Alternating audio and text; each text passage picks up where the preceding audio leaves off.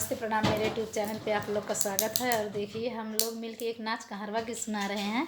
बहुत सुंदर गीत है। मैं अपने दीदी के साथ वीडियो बना रही हूँ, आप लोग सुनिएगा। और मेरी दीदी मेरी आ नहीं रही कैमरा के सामने, उन्हीं के साथ में बना रही हूँ वीडियो, आप लोग सुनिएगा।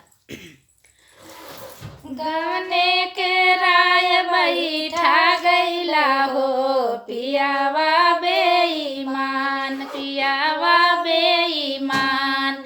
गवने के राय बैठा गईला हो पियावा बेईमान, पियावा बेईमान।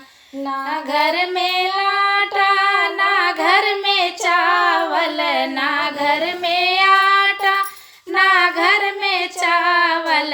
बनिया दुकनिया देखा गईला हो पियावा बेईमान, पियावा बेईमान।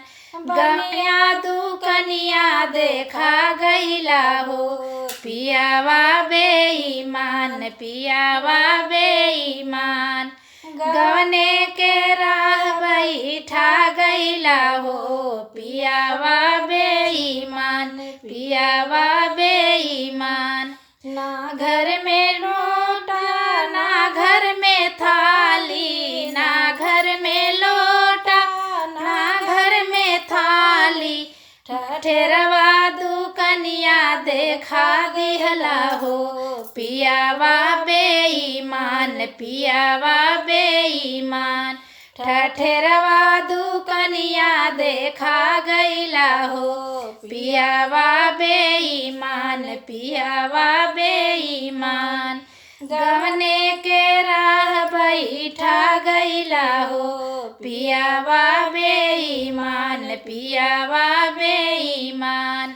ना घर में सासू ना घर में ननदी, ना घर में सासू ना घर में ननदा।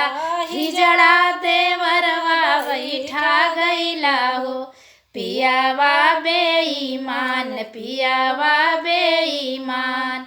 हिजड़ा देवरवा बैठा दिहला हो पियावा बेईमान, पियावा बेईमान। गवने के राह बैठा गईला हो पियावा बेईमान, पियावा बेईमान।